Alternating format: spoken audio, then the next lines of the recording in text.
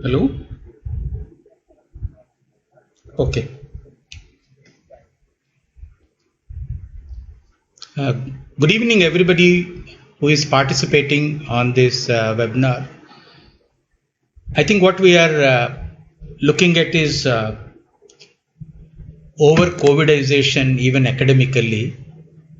So, on behalf of Torrent, uh, it was discussed that we should probably talk about normal things and what is happening in the literature.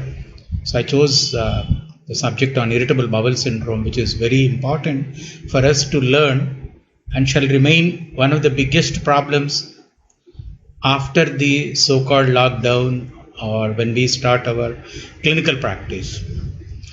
Irritable bowel syndrome seems to be more a disease, and probably there is a biological basis of dysbiosis. So I labeled it as a disease or dysbiosis, and we are moving away from the standard COVIDization, which is happening now. Now, while teaching, I think it's a great opportunity. We also learn so many things in the process of teaching. The epidemiology is very interesting when you compare the Western series, that it is more common in women in the West, which doesn't seem to be the same thing in our country. The disease is so well known to all the practicing clinicians, but probably it is less common than what is seen in the West. Significantly, it diminishes the quality of life and work productivity seems to be more in the West compared to our population. Maybe we are more resistant. Look at the overview, it remains the most chronic relapsing with features of remission, and basically it's a functional disorder, which we mean we would not be able to show an organic damage on a standard clinical assessment. It's characterized by the abdominal pain, bloating, and change in the bowel habits, which are so fluctuating actually. It's never constant. For a description saying this is the variation, and it is inter-patient and community variation, and probably in entire globe there is a different presentation in the world. It's associated with worse physical functioning. It limits the work, and pain interferes with the day-to-day management, and it remains the most common GI disorder in OPD practice as well. Now, this slide is a very interesting slide which talks about the multifactorial pathophysiology of IBS. Let me point out something apart from all those things which are mentioned for any standard disease. The gut immune activation through the microbiome seems to be one of the interesting etiological features or etiopathological features of irritable bowel syndrome. There is altered permeability that happens, and the role of food, both in initiation of the treatment and in the management of irritable bowel syndrome, is very, very important. And we now try to bring in the gut, brain, and the micro as important. If you look at the clinical manifestations, you don't get any brain manifestations predominantly. The entire presentation is a constipation predominant or a diarrhea predominant or a mixed predominant. In fact, in real-time practice, it shall be a fluctuation of constipation and diarrhea many times. Afternoon, I just heard one of the wonderful pioneer workers, Jay Ghoshal, who discussed about this particular syndrome, particularly its etiopathology and also its management in detail. Let me slightly deviate to know a little more. What exactly is the risk? Is there any particular set of people who are at risk? Probably the middle-aged generation seems to be more affected. And I was pointing out, probably men are more affected in our country. And what is worry is it's a prolonged disease. So is there a long time outcome? Somewhere it is discussed. Will it lead to any other disease, or will it lead to cancer of the colon and things like that? And we know that there are no long-term implications. However, the disease tends to be fluctuating, and there is certain amount of drug dependence in all these people. If you look at the gut-brain axis, which has been discussed as one of the most important event that happens before the onset of disease, and as you know, gut sends frequent messages to the brain about its condition, and brain usually dampens these signals. Like you get a discomfort, the brain says, okay, learn to handle it. If that is disturbed due to many events or some events in life, or maybe some events that happen in the gut, I think there tends to be a change in the understanding of gut brain, which we will not be able to describe very clearly, either by a particular feature or a particular biomarker to prove it. But there is a lot of interest in understanding disease using biomarkers as a important change that occurs in the irritable bowel syndrome. Now you need to explain the patient that here is a condition where the gut and brain tends to have a misunderstanding, and what is nothing but the truth is we do not know what causes IBS. We can't say that particular one causes, like peptic ulcer is caused by, we can say even today, there could be a H. pylori infection, but can we blame a particular infection or a particular etiological agent? Is not serious. It's not a serious disease. It will not shorten your lifespan. It increases risk of cancer is not at all true. However, it is a chronic condition for which today we do not have cure, but we can only give a symptomatic relief. And the diagnosis as of now, we don't have a particular diagnostic marker or a test to say, yes, with this we can prove, and most of the time our attempts are only to exclude an organic disease. All the attempts are made to exclude an organic disease. Look at a patient who comes with frequent bowel movements, feeling unable to completely empty the bowels, urgence as if he has got an incontinent bowel, crampy abdominal pain, bloating, episodes of loose and watery stools. In the absence of weight loss, in the absence of fever, in a reasonably well-preserved man, I think clinically what we try to diagnose is, yes, you possibly have an irritable bowel syndrome. One of the important discussion is, in a real-time GI practice, we need to make every attempt to differentiate from irritable bowel syndrome from inflammatory bowel disease, because a mild inflammatory bowel disease can overlap an irritable bowel syndrome, and unless our protocol or follow-up is very clear, we might tend to miss some of those early IBDs as IBS because of the absence of typical signs. There are 4 criteria which everybody knows, and the criteria are fulfilled for 3 months to 6 months, because that is an optimum period when you can make diagnosis saying that yes, it fits into, because no disease can keep silent for 3 months or 6 months with only symptoms, and that period, minimum 3 months, is probably required before we pronounce and say it's an irritable bowel syndrome. A lot talked about the Bristol-based stool scale.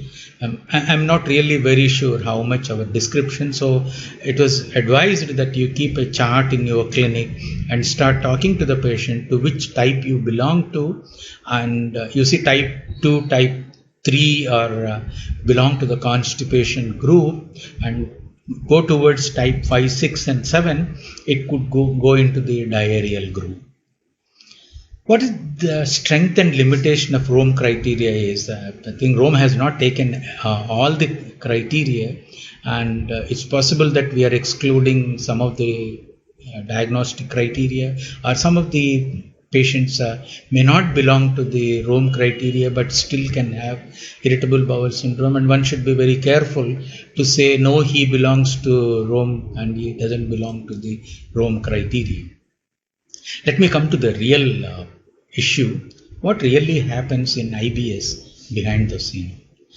The environmental contribution and genetics, we don't have strong data, but we tend to feel that probably the genetics and environmental contributions are very important.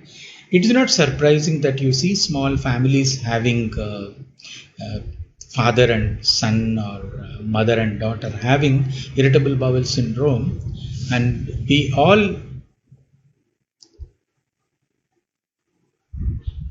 believe that there is some amount of a low grade inflammation which is ongoing, and probably the center of attraction in the disease learning of irritable bowel syndrome is microbiota, and we need to discuss a little bit about the microbiota.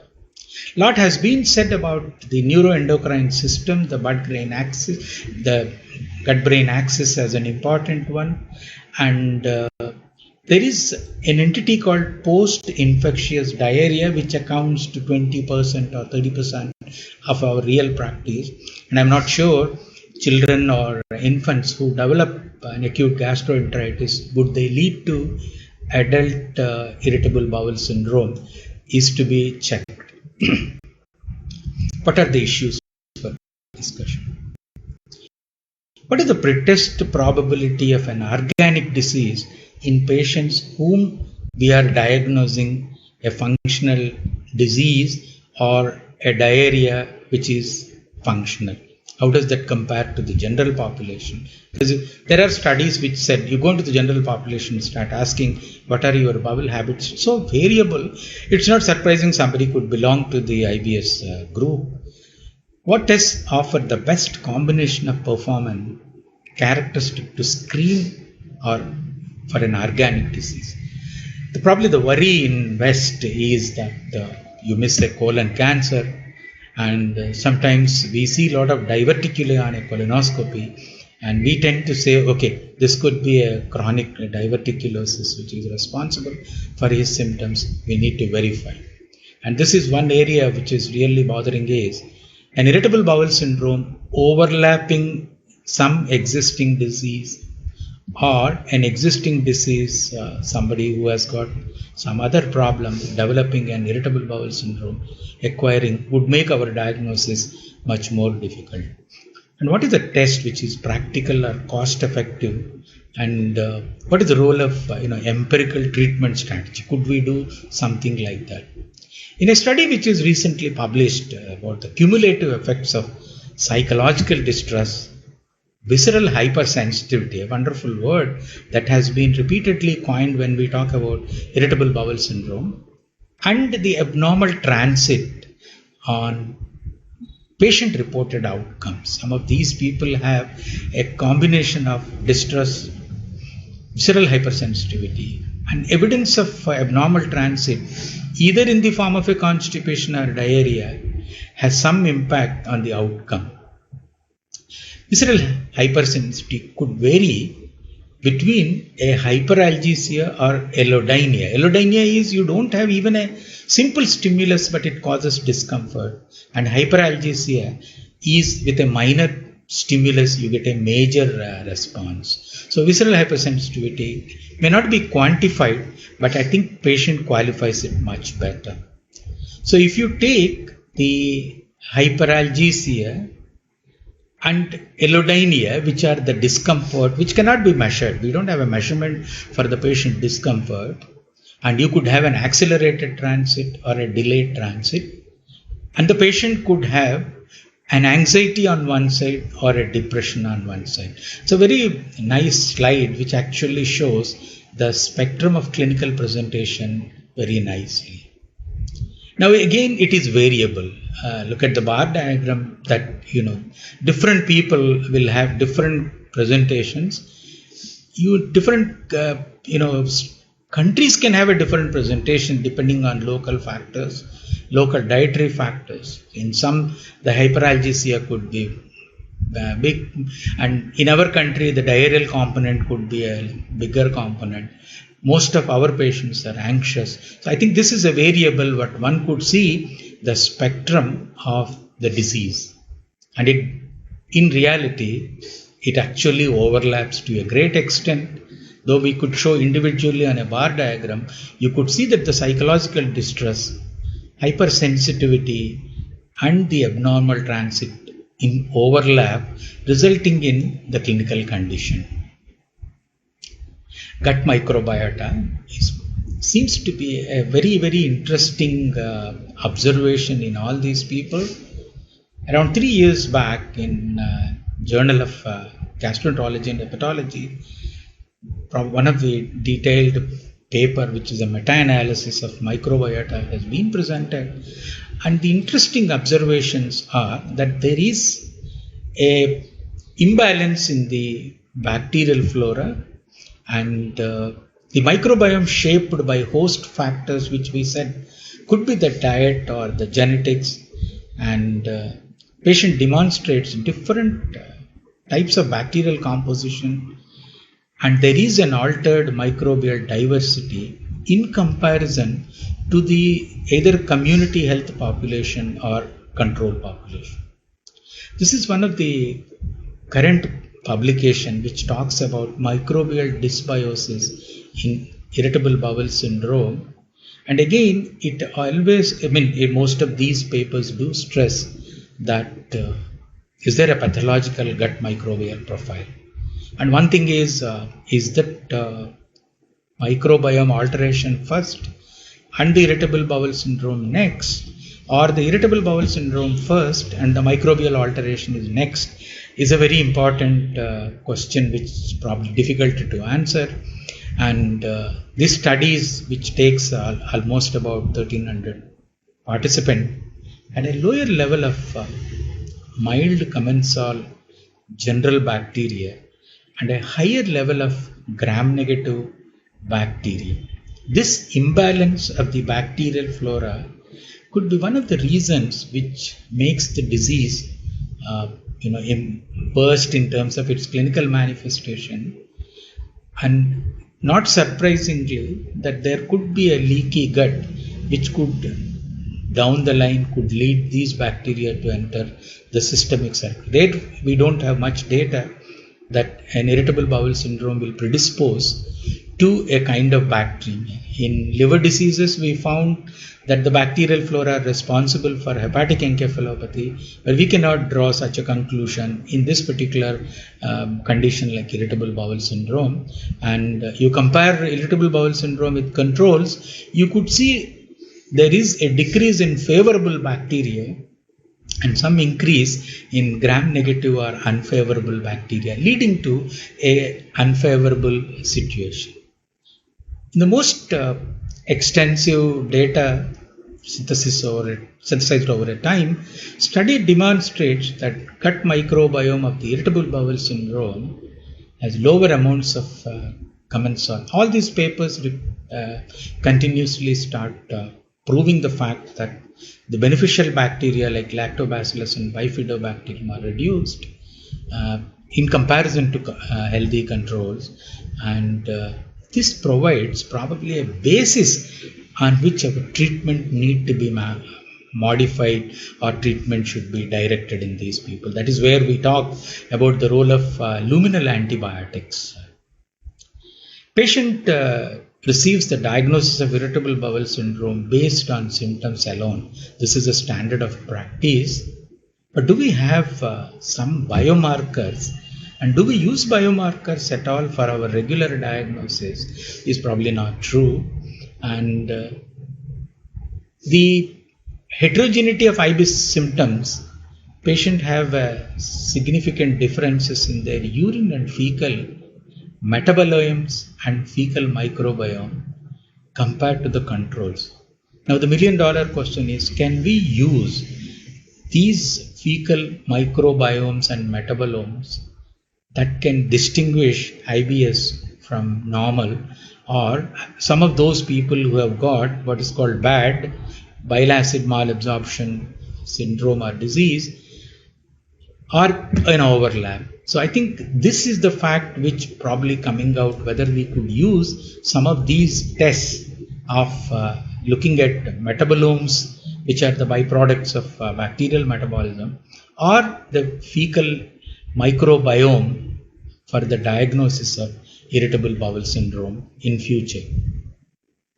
Patients with IBS had significant differences in the network connection between diet and fecal microbiome compared with control, which I've been saying. What is very interesting is there is no significant difference of fecal microbiota in the subgroups of IBS.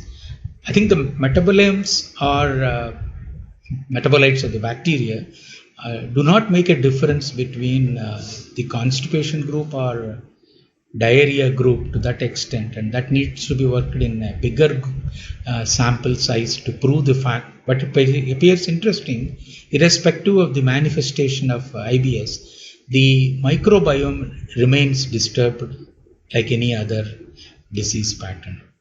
And fecal metabolomes, but not metabiomes, could distinguish patients with IBS from those with bile acids. I think the bile acid diarrhea, which somehow we do not diagnose more frequently. For example, somebody has got post-cholecystectomy diarrhea, which could be due to a bile acid malabsorption. And on a circumstantial basis, we try to treat them using anti-bile acid therapies, but we don't try to prove in the normal course. But that could be one of the important things to be known.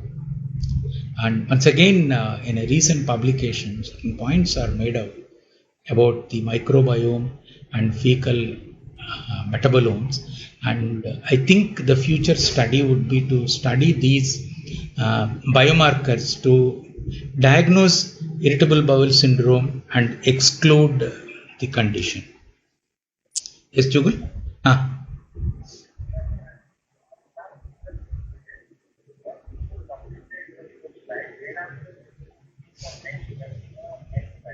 Okay. Okay. Okay. Okay. Okay. Okay. Okay. I think I have a request that to hold on the slides. Maybe I am trying to move a little fast. I will now go slow. So the microbiome and fecal metabolomes, I think, is a very important subject, and we look at, as I was telling, some kind of biomarkers in future to diagnose irritable bowel syndrome.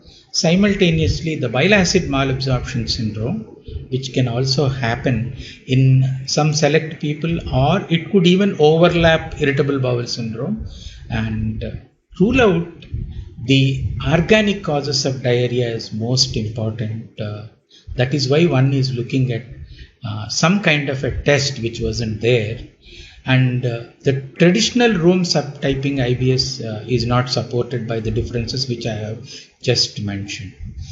Though the results no way distract from the concept of an altered brain-gut axis. That means we are actually looking at two systems working simultaneously. The brain-gut axis on one side and the altered microbiome on the other side seems to be the important basis on which the entire IBS is working. The current stratification into clinical subtypes I have mentioned do not form a basis when you talk about microbiomes, even in the treatment also. So the therapeutic decisions of altered we take for altered microbiota would be irrespective of the subtype.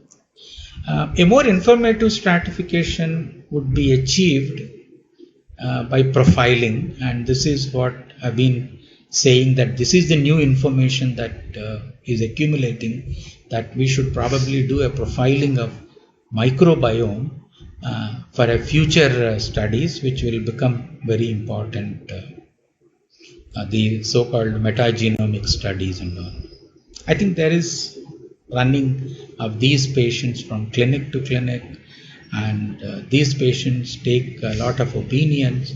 And at one time, we actually called this, maybe when I was doing my studies, we some called them as chronic amoebiasis, and maybe we would discuss at the end and why metronidazole started responding as if it's a amoebic disease. Many people are happy with metronidazole, and in fact, many of your patients come and say, I did try metronidazole, but I got partial relief, or I got some relief, or I got relief and it got recurred. I think some of these things are very important to discuss, and that would answer my important issue which I raised, the role of microbiome. When we actually discuss this particular syndrome, I think everybody cautions, do not diagnose everybody as an irritable bowel syndrome. Look at certain alarm features like the more frequent changes that is happening, or elderly people, or if there is a family history of particularly colon cancer. Bleeding is uncommon in these people, and if you find a mass, that is very important. And if you have anemia, you also need to take care of the disease. It may not be irritable bowel syndrome. Unintentional, unexplained weight loss. One question that asked is, can these people have a weight loss? In the absence of weight loss, we tend to diagnose a bloating abdominal pain as an irritable bowel syndrome. But once there is a weight loss, we need to be cautious. But some of the patients who have got an abnormal psychological issues and something like anorexia nervosa, also having an irritable bowel syndrome, could be important to understand. Inflammatory markers, I think I'll discuss on one or two slides, which may mean that presence of inflammatory marker, suppose you got elevated, which we do routinely, let's say CRP, then we try to make a caution and said, no, this may not be an irritable bowel syndrome and we need to look at other causes. So we made a pathophysiological approach to understand the irritable bowel syndrome, which is something which I was stressing. Probably my talk is worth if somebody looks at microbiome as one of the parallel to gut-brain axis, which has been discussed over a long period. And when you talk about a diagnostic testing for patients with suspected irritable bowel syndrome, suddenly you see that lots of tests have come in, and the objective of all these tests is only to rule out an organic disease rather than confirm a disease.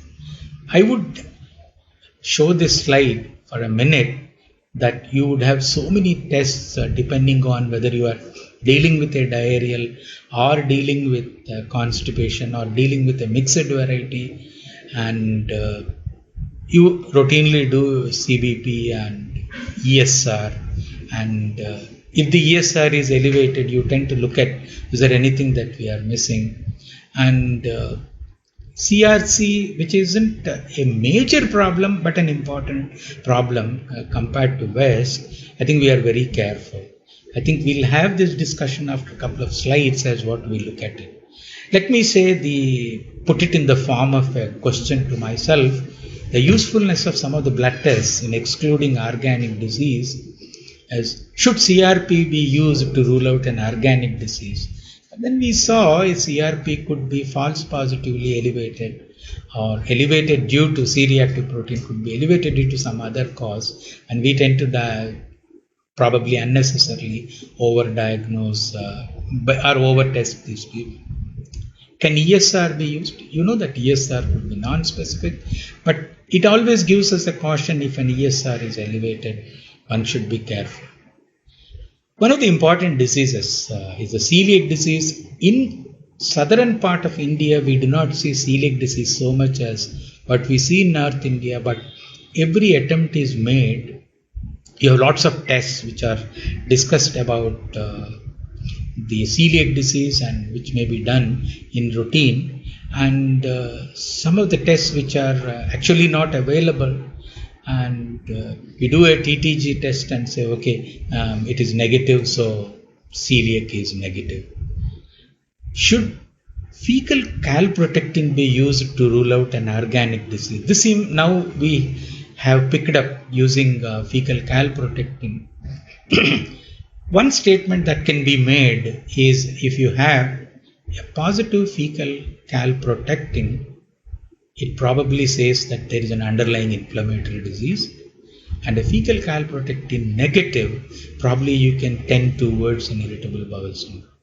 On a similar basis, fecal lactoferrin is also done, but normally we do not do in real-time practice, but I understand now calprotectin is done regularly by everybody and as a screening, and if calprotectin is positive, maybe in our setup we should discuss whether a patient gets the benefit of colonoscopy, and Giardia and amoebiasis probably are not as common as that we see in tertiary practice, but at a primary level, I think we should still look at the possibility of a Giardia and amoebic pathology of the bowel. Should we do other tests which are very specially mentioned, and probably tests like FGF19 to rule out a functional disease and look at celiac diseases, and complement tests probably are not really required. Similarly, for a bile acid malabsorption, actually the recommended or gold standard test is a radioisotope study, which is not done in India to the best of my knowledge, but we probably circumstantially diagnose bile acid diarrhea in a situation like a post-cholecystectomy diarrhea. I think we don't do many of these tests. I might summarize looking at those tests. Some of those residents who are probably logged on to this webinar may look at new things. Maybe they could write an answer for the newer tests in the diagnosis of irritable bowel syndrome. Could be one on to rule out inflammatory bowel disease. There are tests like Camerin, Apelin, and adiponectin. I just mentioned this, that we are advancing in science and talking about irritable bowel syndrome only as a functional disorder. We started moving that, could this be a disease or beyond psychological factors alone?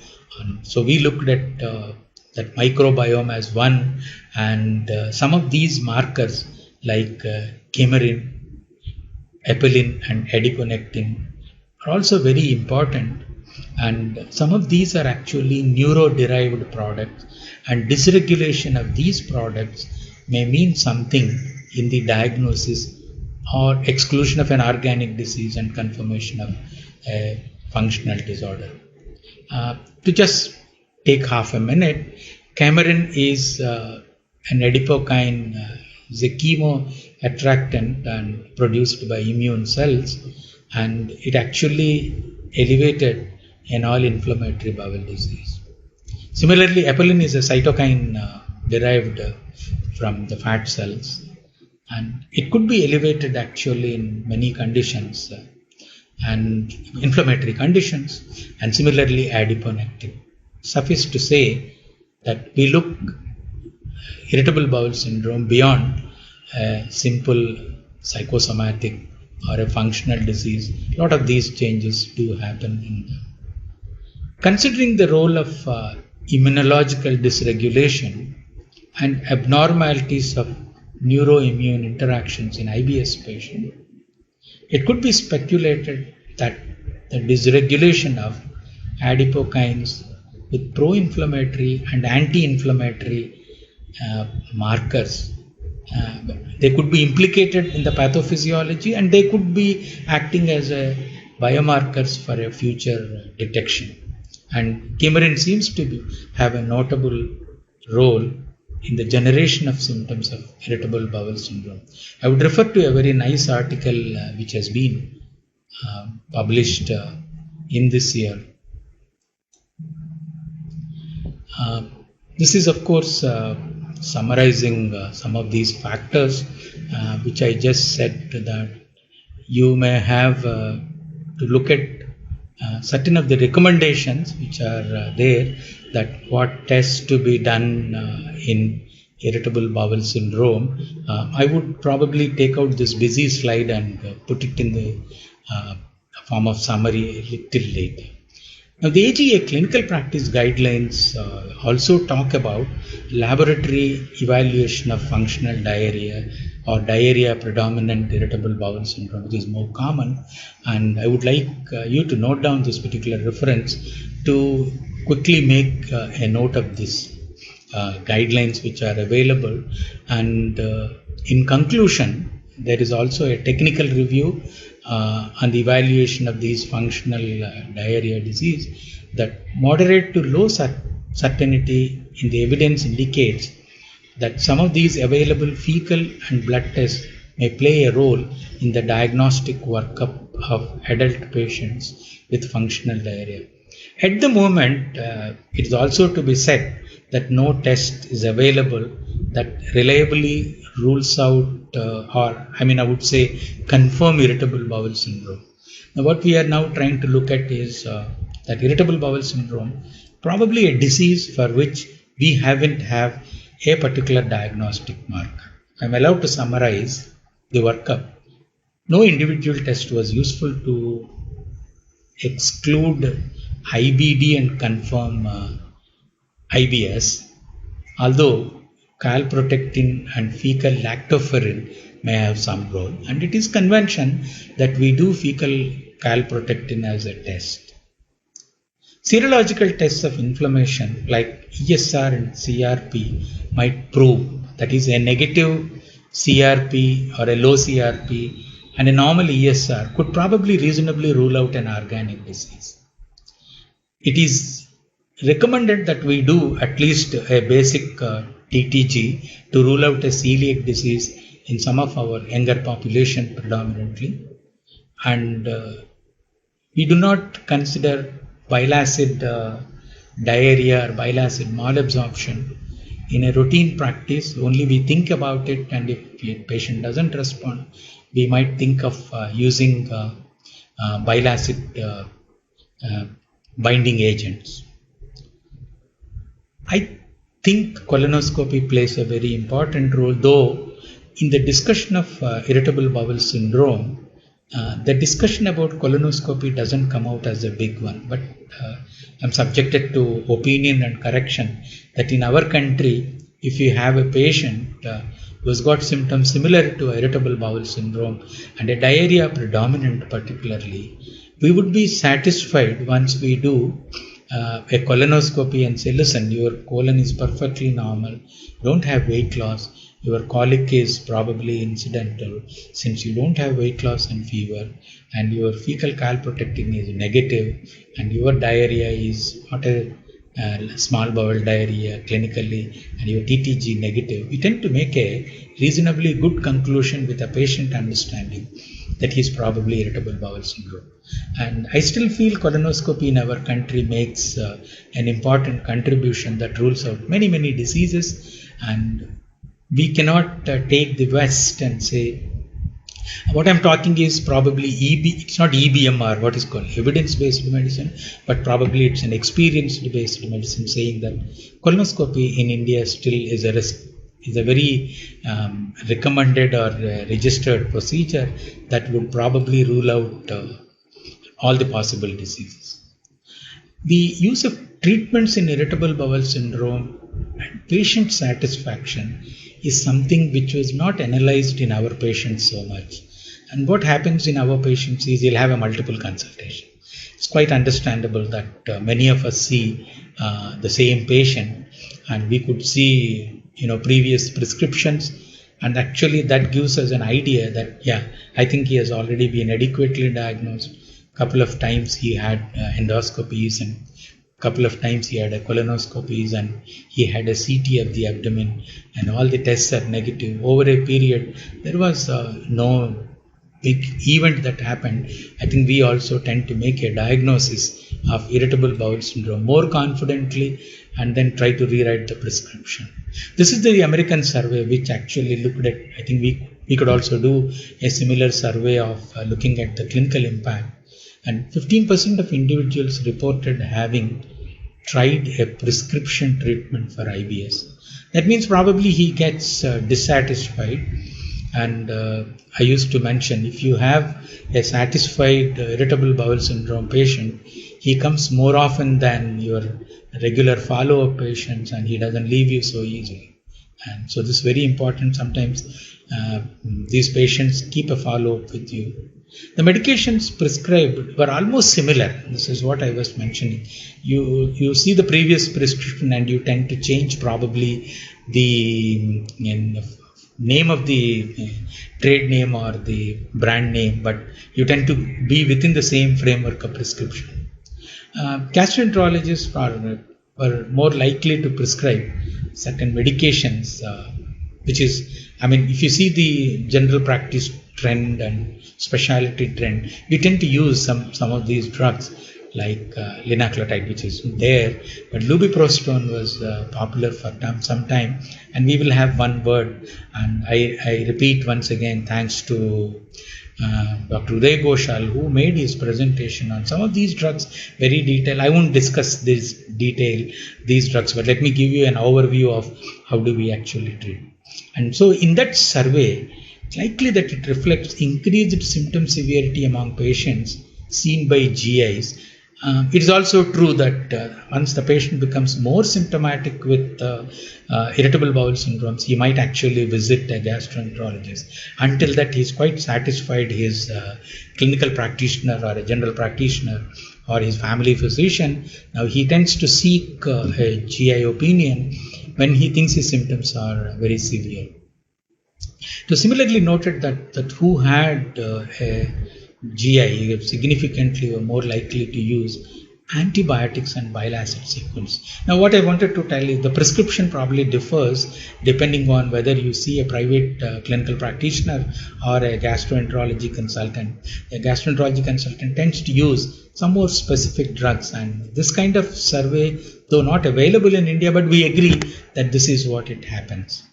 And it is also interesting, I'll come to this FODMAP diet, which is actually known to everyone, that it is more frequently seen that the FODMAP type of diet is prescribed by even the GPs and gastrointestinal practitioners, and more than 70% of the physicians reported recommending probiotics in irritable bowel syndrome, which is likely to probably due to their relatively low cost and good safety profile, which means that the prescription clarity is not very much evident in irritable bowel syndrome. This I talk about the large survey which was conducted in the American practice. Again, in this survey which I have shown you the same thing, shall I just repeat?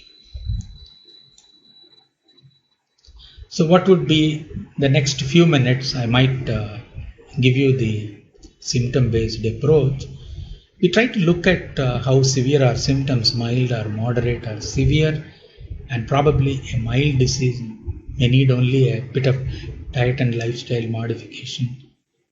Looking at the GI practice, probably those severe patients who might need some kind of medication, we would like to try some kind of medication while we take care of their psychology. We try to look at drugs which can actually do some kind of a neuromodulation in terms of serotonin based drugs or motility based drugs. A lot of advices have accumulated, and there is a therapeutic alliance which can talk right from counseling the patient. Very rarely you refer to a psychiatrist, and it is understood that you need to spend some time with these people. And one of my teacher tells me, if you think he is an IBS patient, please call him at the end of the practice. Otherwise, you miss your genuine cases. Seems to be okay. I won't spend much on this busy slide. And similarly, the art of treating an IBS person would be that majority of them say we tried a lot of herbs, we tried homeopathy, we tried and some of the natural remedies and all those things. I think this is a popular story with many of the IBS patients that come to you, particularly at a tertiary level. And it is very important that we make a clinical decision making whether we should investigate these people or not. I won't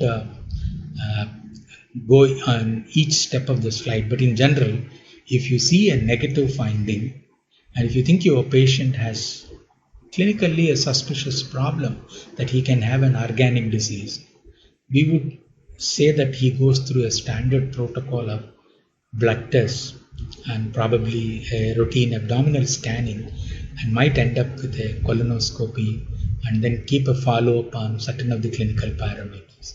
So in picking up the investigations, I don't know how much we actually decide to follow a flow chart, but we would agree that he goes through a standard protocol of investigation, particularly when he comes first time to you as an IBS clinical profile.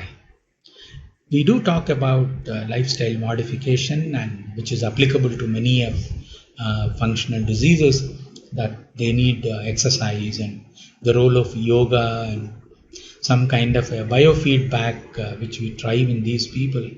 And to have these people, insomnia could be one of these things. And there was a paper in BMJ that some of these people have even a sexual dysfunction secondary to IBS, which correlates. And if we need to actually do a lot of counseling in these people.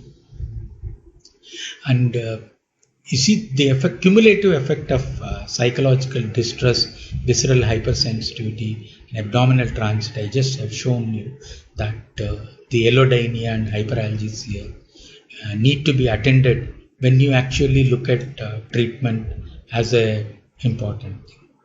Psychological therapies for IBS has been stressed a lot, and it varies from counseling to use of antipsychotic drugs in the form of drugs which reduce the anxiety or treat the depression, which is always subjected to clinical condition. One question that I've been asked is, do we refer these people to psychiatrists? I think we don't do that as far as possible and try to treat them ourselves. And once you start putting the drugs in the realm of irritable bowel syndrome, there are so many drugs, and many a times it is a combination of these drugs we try depending on how much is the bloating distension as a complaint, how much is the pain as a complaint, and how much is an altered this. And it depends on the number of bowel movements, and depending on how much is the symptom of bloating or severity of bloating, and how much is the pain and discomfort that disturbs his routine. We have lots of these drugs which you can find in any textbook. But let me summarize what exactly we try to do, and it starts with diet. And this is what I was talking, I happened to mention about the concept of FODMAP diet, and this is one of the current article which talks about nutrient intake, diet quality, and diversity and impact of low FODMAP diet. Clearly mentioned that milk or lactose derived foods and chocolates, some of these rich FODMAP diet have a significant impact on symptoms. But there was a small mention which scientifically is interesting. Would they also bring in a different kind of microbiome population, and what is its impact? We still don't have a good studies in that area about the impact of low FODMAP diet on microbiome. However, the point is stressed when we talk about diet is to use low FODMAP diet as one of the important management strategies. You can find from the dietitians a list of diets which are high FODMAPs, and we can actually prescribe a diet with the help of dietitian and put them on a diet. And majority of them actually start saying, I take this and then I get symptoms. I think this is very important. What we do is we'll ask them to, you write on one side the food that is causing you trouble, and you write on the other side food is acceptable to you. We'll try to look at and balance, and we'll ask our dietitian to make a diet for you. And I think the FODMAP diet is to be really looked at. As we know that FODMAP diet is also implicated in some other diseases, including the gastroesophageal reflux disease. I think we talk FODMAP diet as an important entity, and it need to be followed with the help of a dietitian. There is also a personalized approach to the treatment of irritable bowel syndrome, which is talked in this particular setup, and we look at restoring the gut ecology equilibrium on the basis of individual gut microbial profile. This is a far-fetched one. It means you look at it, their microbial flora, and see what it happens. And as I was mentioning, the low FODMAP diet could have some impact on the fecal microbiomes, and we could probably look at the change of the markers and see whether the low FODMAP which we are using helpful to the patient or not. In one of these studies, it was shown that the higher levels of E. coli were observed in the feces of participant with IBS in people who received a FODMAP. So I think once we talk about FODMAP, we'll also look at microbiome changes likely to happen with FODMAP, and it has to be personalized or individualized, and that is probably the future practice of irritable bowel syndrome. And one concept expressed by dietary experts about low FODMAP is the decreased availability of probiotic foods, which I just mentioned. So you may change or you may again get the decrease in probiotic population. And I just mentioned that when you prescribe low FODMAP diet, you need to look at the possible impact on the microbiota, which is the future now. Over-the-counter therapy of prescribing a bulk laxative versus use of loperamide or diphenoxylate, these are all subjected to the patient symptomatology. And there are people who take on-demand loperamide or on-demand polyethylene glycol and be happy. And we also actually encourage that this is a place where we try to use on-demand therapy as an important thing. And the prescription therapies have become more complex in IBS, and today we would probably look at one particular drug is the rifaximin, which is large data has come up. I just changed slide because we don't use those drugs. I need to talk about rifaximin a bit. It seems to be one of the standard of care in irritable bowel syndrome. There are a lot of articles which talk about it, particularly the post-infectious irritable bowel syndrome, which I would show a couple of slides because that's again a very important clinical entity. So rifaximin seems to be the drug of choice, and I would say what I do. I use what is called a sequential therapy. That means I use rifaximin for about 2 weeks, followed by probiotic for a long term. And it seems that with a sequential therapy, majority of the people are very comfortable. About 2 weeks rifaximin therapy is very important to mention, particularly in the diarrheal type of irritable bowel syndrome. There are also drugs which are talked about, lubiprostone, which is available with us, and proclopride available with us. There are other drugs are not available, and now lubiprostone was used when it was introduced, and now proclopride, which will help in clearing the constipation, seems to be a good drug of choice. And in my practice, if you talk experience base, we use a lactulose and proclopride to begin with, and manage with either of the drugs on a long-term basis is my choice. And lubiprostone, I just mentioned, it was available, and now we are not using as much as after the onset of proculopride. And these drugs have been discussed very much by several of colleagues, and some of the drugs which are the antidepressant drugs, I think it is very important that our prescription also contains, depending on the patient, whether he is anxious or depressed, one of these drugs, and it is subjected to the clinical situation. We cannot on blanket tell them that yes, you use one of these antidepressants. A lot of interest has been shown on gut microbe and digestive health and probiotics in irritable bowel syndrome. I quote two very interesting articles which talk about probiotics in irritable bowel syndrome, and the evidence seems to be that it should be standard of care to use probiotic, and right now it's difficult to answer whether a single or a mixed 5 to 6 variants is good, because even the current, there is a data published a couple of months back that Saccharomyces boulardii alone is working very well, and VSL3, which is mentioned as VSL3 in all the literature, is also has helped in relieving the symptoms.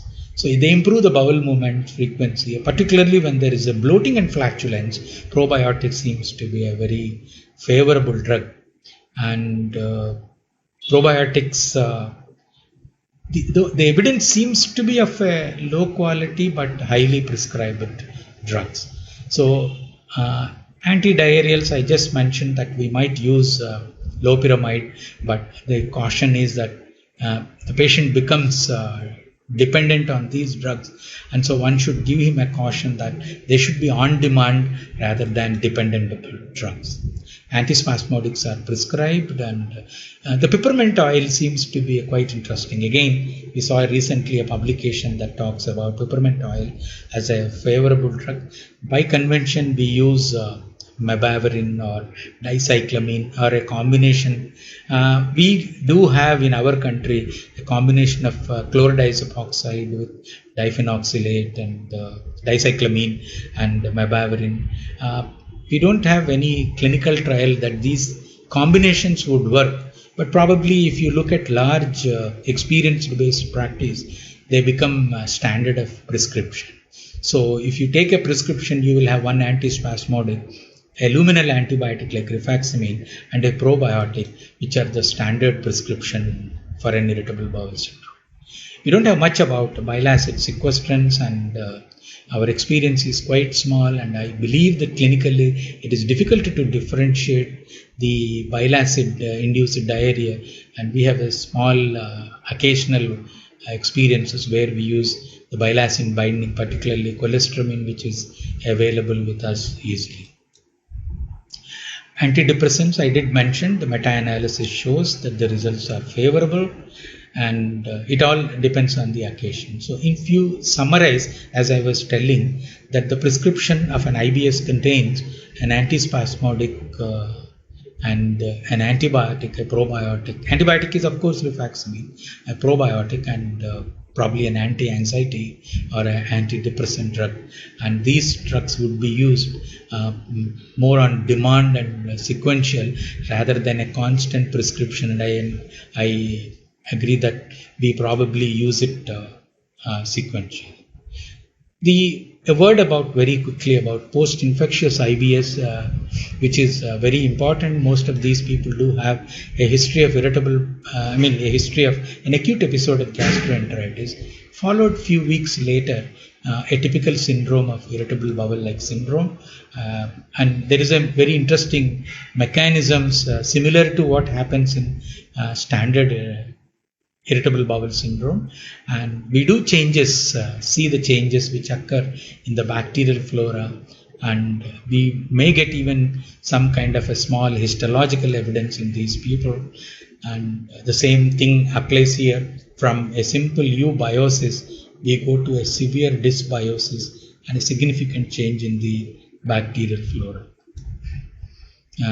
This entity is well described, and the diagnosis usually depends on the history of an acute episode of gastroenteritis, few weeks to a couple of months back, and now presenting with symptoms like an irritable bowel syndrome, and you exclude an organic cause of diarrhea, and then probably you end up making the diagnosis of post-infections.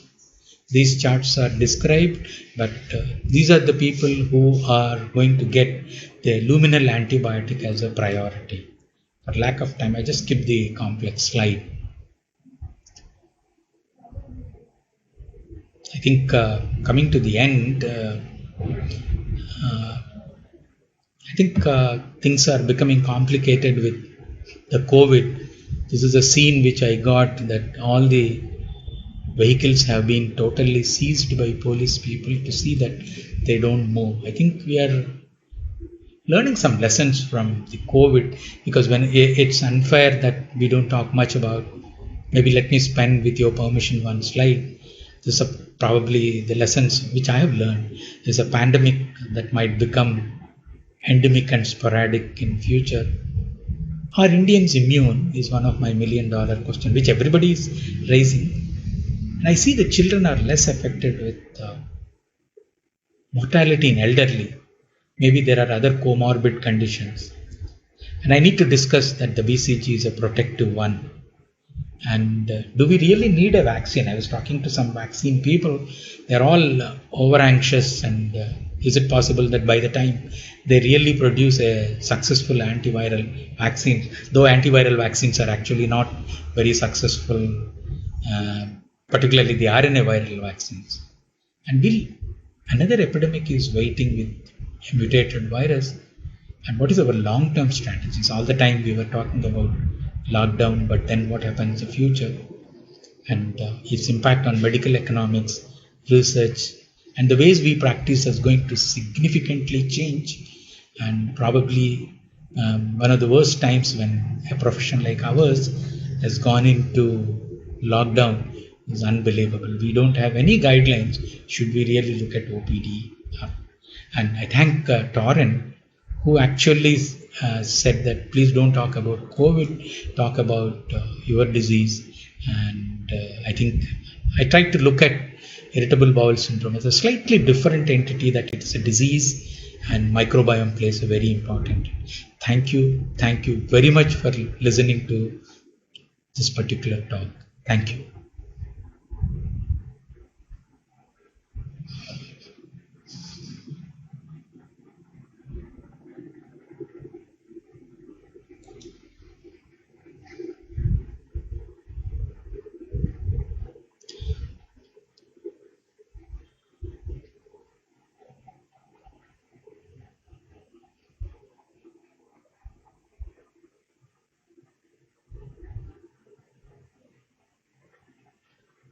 Sometimes this is Sachish Prakash, is it?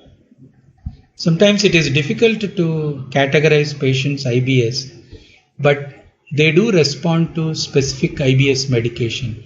Can empirical therapy be given in general? The answer is, I think you need to note down the clinical findings very clearly. As I said, a negative history is very important for us. Yeah, Jugal.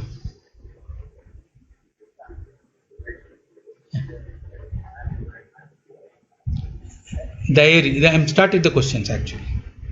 I'm starting. Yeah. So I think when you look at all the articles which talk about IBS, every attempt is to rule out an organic disease more than confirmation. So can we give empirical therapy? We don't have a guideline say you treat him for 2 weeks or 4 weeks and he responds very well, so it is IBS. This is given in a GERD like thing. Doesn't happen with IBS, and you need to be careful. I mean, we don't have to say that you do this and then only it is correct. Patients who are, I think, from Anant Bhargav from Gwalior, patients who are H. pylori positive don't improve after H. pylori eradication. Should be prescribed as a trial, should be prescribed a trial of empirical proton pump inhibitor therapy. I don't know. There is no role of proton pump inhibitor therapy in irritable bowel syndrome. But do we have, out of curiosity, we did some H. pylori in a colonic biopsies and we didn't find anything. So I guess H. pylori has very little to do with irritable bowel syndrome. If we are going to say IBS, how long the patient must have symptoms? I don't think, but they say a minimum of 3 months is required to qualify himself as irritable bowel syndrome. Probably the understanding is any organic disease won't keep quiet for about 3 months is this. But I think in our practice, what happens is the people come with symptoms which are grossly diagnosable and should be a duration of 3 to 4 months. So it's difficult. I wouldn't say that a particular duration is. Jayant from Kolkata. Is there any relation with IBS and precipitation of acute migraine attack and aphthous ulcers? I think aphthous ulcers we know have a psychosomatic. It is probably some kind of a hormonal burst or an endocrine burst that you get this one. All anxious people do have aphthous ulcers, and this word acute migraine could be some kind of a tension, headache, or whatever it is. I think what you said is right. It's a very good way of expressing. Maybe somebody could do actually a work. How many irritable bowel syndrome patients do have aphthous ulcers? I agree with you that some of these people may have aphthous ulcers. You're right. Abhiman from Sangli. As per definition of IBS, organic cause should be ruled out. So in a young patient with IBS-like symptoms with alarm features, whether to go ahead with endoscopic evaluation. I think the tendency of Indian gastroenterology practice is endoscopy is easily available. Patients do have some GI symptoms, and if you categorize them as upper GI and lower GI, our tendency to do an endoscopy, colonoscopy is very high compared to the West. I think you would agree off the record that it is easily available and easily performed, that I would probably do out and tell the patient, listen, you have a good stomach and you have got a good colon, just don't worry about it. Ishwar Prasad, Bangalore. Is it possible to advise dietary intake after studying gut microbiota? I know, actually, I must first thank Uday Ghoshal, who has done a wonderful work, and they continue to do this work, which is understandably changing. And we all know, actually, whenever I read anything, I see that microbiota is ultimately responsible. And as I said, a good gut is worth millions of brain is probably true. I think you need to maintain your gut microbiota. I think your diet should be regulated. I'm really not that competent to offhand tell you that this particular diet will change this particular microbiota, except the point of attraction that low FODMAP seems to have some impact on the diet itself. I think we need to look at that more carefully, but it gave a point to us. Sandeep from Jaipur, what is the right dose, duration and contents of probiotics? There are many unanswered questions in probiotics. As I was mentioning, one is it a single strain or multi-strain? Is it, one curve I know is as long as you give a probiotics, the bacterial count goes up. Once you stop the bacterial count, the giving a probiotic, bacterial count drops. Similarly, you give probiotics, there is a symptomatic relief or kind of relief. The moment you stop, they get back the symptoms. So I was actually following, I don't know, it's again an experience-based medicine. We give intermittent probiotics so that we maintain some kind of a colony, a favorable microbiota. And this is not really to be prescribed as a suggestion. And it's not an evidence-based, it's an experience-based. And similarly, we might try 3 to 4 courses of rifaximin for these people, depending on their requirement. Maybe it's 7 days to 14 days. This was also advised as the symptoms recur. You might try a couple of courses of rifaximin, which is accepted. And Aditya Kashyap, a complete proper history of patients can help us to treat patients with IBS. And As I told you that I think, for example, if somebody has a fever, or somebody has a weight loss, and somebody has got a bleed PR, these things go against irritable bowel syndrome. But I wouldn't take Western literature to be absolutely followed at the Indian literature, and I mean Indian context. Our people are far different, and we have to properly make a diagnosis. And access to investigations is much easy with us rather than Western. So I would probably change my attitude in investigating IBS and go to some extent of investigating them to mutual satisfaction of patient and clinician. P.K. Agarwal, Dehradun, please enlighten us with what is happening in post-infectious IBS. I think for the lack of time, I skipped it. I didn't find any difference in the management except putting these post-infectious IBS as a separate group compared to the regular IBS. That is because in a regular IBS, we do not know the etiology. Here we blame that after an acute infection, there is a change in bacterial flora, and that would probably is resulting in. I'm also not sure, since Dr. Agarwal has asked a very interesting question, would post-infectious diarrhea is short-lasting? I am of the opinion these post-infectious IBS do not behave like a regular IBS, and they are easily amenable for treatment, and their response to a sequential therapy of rifaximin followed by probiotic seems to be encouraging in them. It's yet to see whether that concept is completely right or not. Thank you, Dr. Agarwal. Nitish Prabhakar from Patna, what are the risk factors and susceptibility factors for the development of IBS, and how to diagnose it correctly, excluding other differentials? I think I repeat my statement, which I actually do in my real practice, is that when a patient whom I clinically suspect possible IBS, I do basic investigation like complete blood picture and an erythrocyte sedimentation rate. We do fecal calprotectin and a CRP, and these four are normal.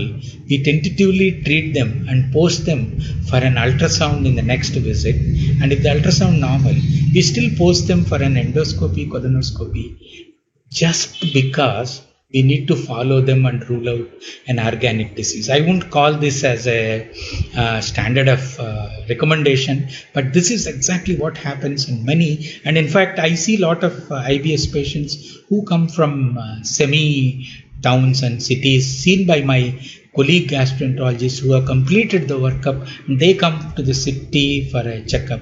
I think it should be okay, while I don't criticize that it should be the model practice as what is done in the West. Does PPI or contraindications in IBS? Zamin from Berhampur, I don't know why he asked. I don't see any contraindications in this, but I think lot of discussions are happening about the long-term side effects of PPIs. Again, my experience and practice is that I use intermittently PPIs, and I ask the patient don't take, because we have a similar condition like IBS is non-ulcer dyspepsia. Same discussion can be extended to non-ulcer dyspepsia, and there PPIs do have a relief. In fact, there is a test and treat test policy where we give 4 weeks to 6 weeks of PPI. The patient says, all right, okay, you go, you don't have any. The patient says, I'm not all right, he goes to an endoscopy system. I think PPIs have a different role, and I don't think, but unless some of those IBS people who have got a non-ulcer dyspeptic symptoms might need this kind of thing. This is Mahendra. Can symptoms of IBS simulate symptoms of TB intestine? If so, how will it? I think this doesn't happen. I think what overlap, it's a very interesting question by Mahendranath, and the overlap that happens is a mild IBS, early IBD, and an early tuberculosis. You know that a lot of discussion happens. 1/3 of the occasions, we are not able to differentiate tuberculosis and Crohn's disease in particular, and we try to sometimes even treat them as tuberculosis and wait and watch for there, because even histopathology doesn't help between Crohn's and tuberculosis. Whole literature is talking about that in detail.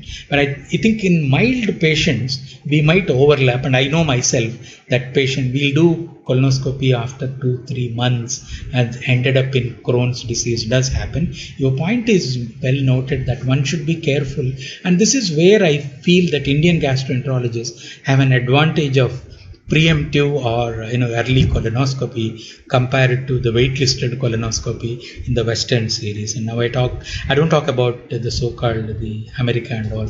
You know what is all happening, and COVID has taught us a lot of lessons. It's okay. I think that's beyond our this one. Sandeep from Jaipur: should IBS be a positive diagnosis or diagnosis of exclusion? I think at tertiary level with the gastroenterologist, it is a positive diagnosis. But all our attempts is to exclude an organic disease.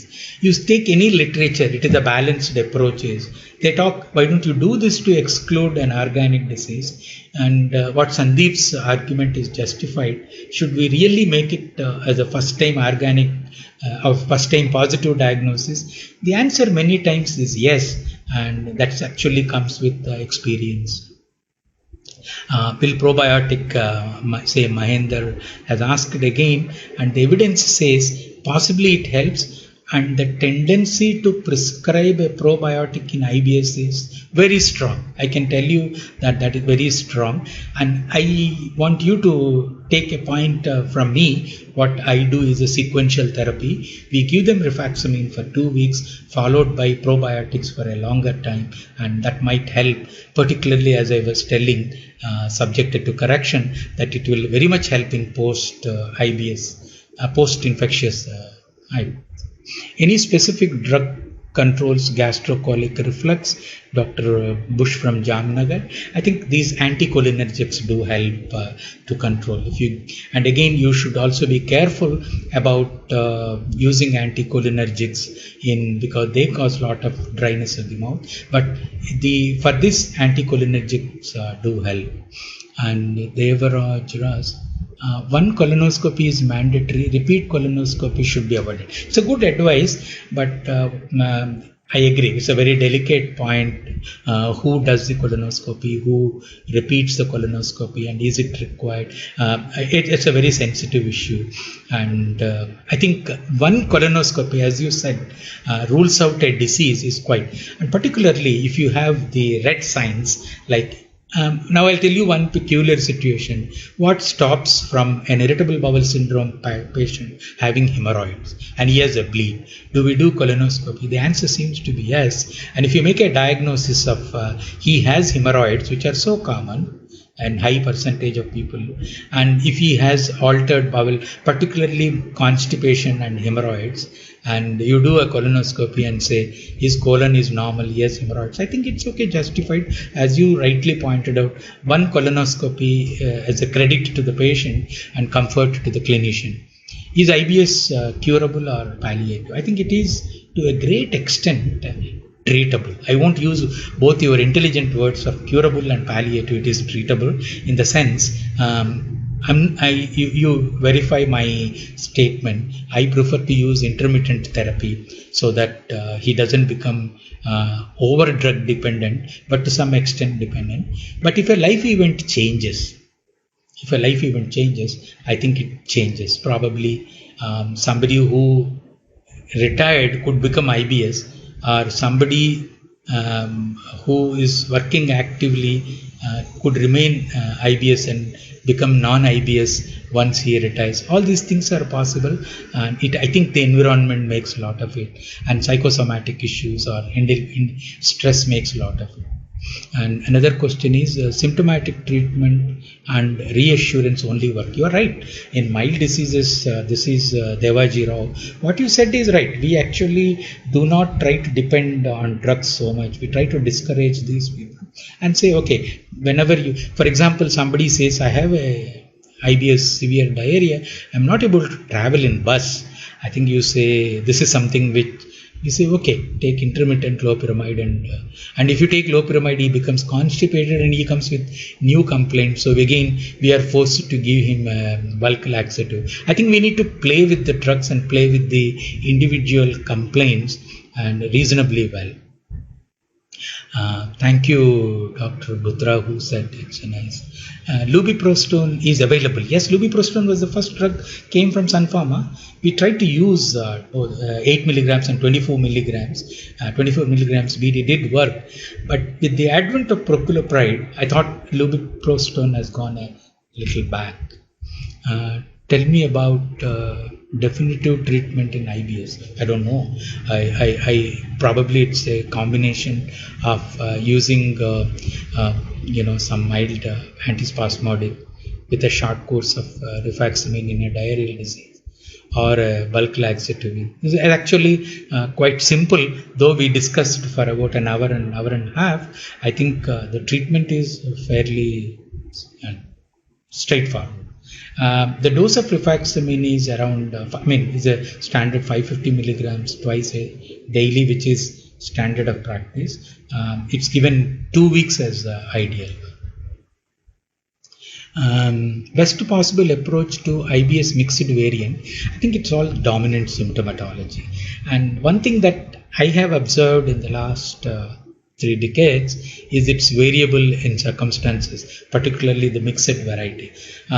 Is it true that those people who are constipated would remain constipated and those people who are diarrheal would remain diarrheal? And what is the impact of drug therapy on the natural history are all yet to find out, but we only know that there are no long-term implications directly related. I just want to narrate a very important case history of mine. I had a doctor whose IBS over 13 years came with symptoms again. I said, time to undergo colonoscopy. He said, no, you've already done twice to me, but this time after a month when I did a colonoscopy to the CA colon. So I just want to warn you, sometimes when they sincerely follow up, any change in event or your suspicion, probably quote unquote, it is worth investigating them, not to lose them, because still it is viable and economical to work up in India and subjected to opinion difference. And I have lots of questions. Does my people ask me to take it up? Is it okay that they exclude it? Regarding Eloxidolin, I don't have experience, and no, the drug is, I guess, is not available in it.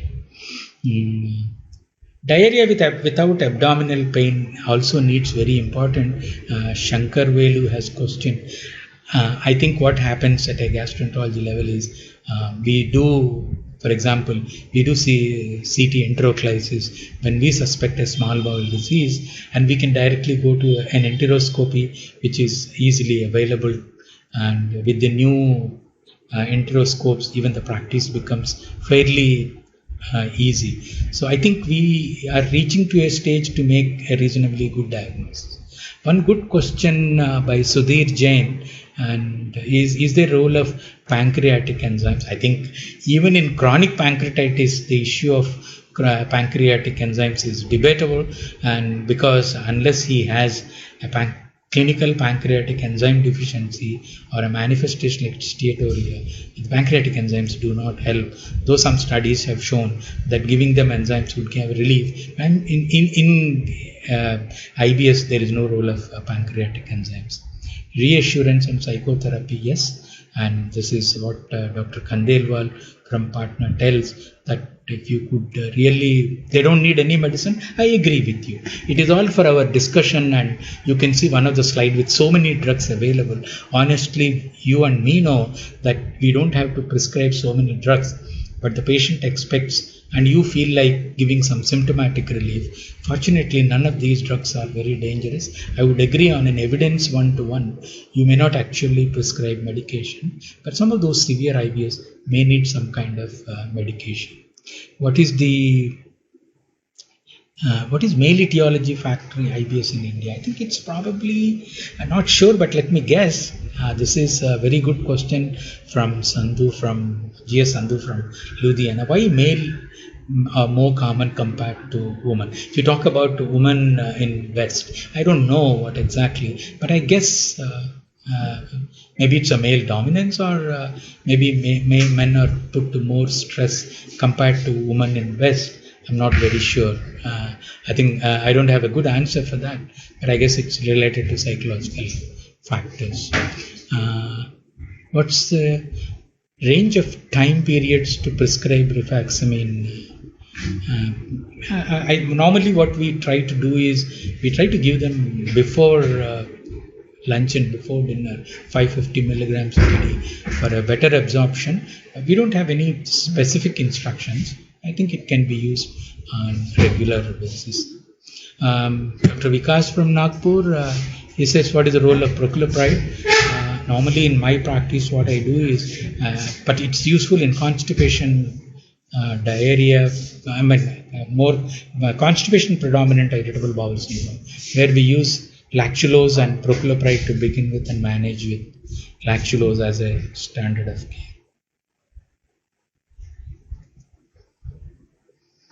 Can IBS be fully cured? The answer is probably no, but we can actually reduce the drug dependence to a great extent.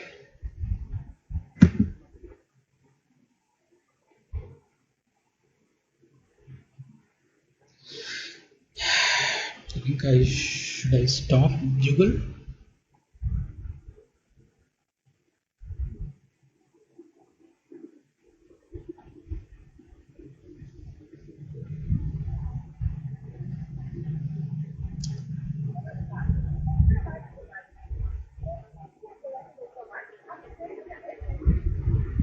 Is it okay?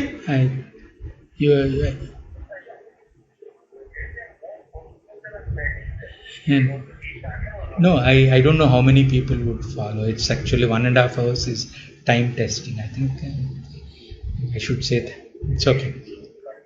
No, we can hold on. I think it's okay. We can stop it.